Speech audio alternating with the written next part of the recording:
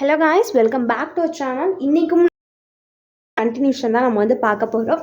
So அதோட தொடர்ச்சி பார்க்கும்போது மொத்தம் திருக்குறளில் 133 அதிகாரங்கள், ஒவ்வொரு அதிகாரங்களிலும் 10 குறள்கள் வீதம் 1330 குறள்கள் இருக்கு. உலக மொழியிலேயே உள்ள முதன்மையான ஒரு அறநூல் எதுன்னு பார்த்தோம் அப்படின்னா அது திருக்குறள் தான். ஓகேங்களா? திருக்குறள் 107 மொழியில மொழிபெயர்ப்பு பண்ணியிருக்காங்க. இது ஒரு 17 கீழ்கணக்கு நூல்ல ஒண்ணு. திருக்குறள்ல மொத்தம் 7 சீர் அமைஞ்சிருக்குன்னு சொல்லியிருக்காங்க. ஓகேங்களா? உடைமை அப்படின்ற ஒரு சொல் ஒரு பெயர் 10 அதிகாரங்கள்ல இடம்பெற்றிருக்கு. 7 அப்படின்ற பெயர் 8 குறட்பாக்கள்ல இருக்கு அப்படின்னு சொல்லியிருக்காங்க. 133 அதிகாரங்கள் அப்படின்றது தனித்தனியா பிரிச்சு நம்ம சேர்த்தோம்னா 7 அப்படின்ற ஒரு நம்பர் வரும்.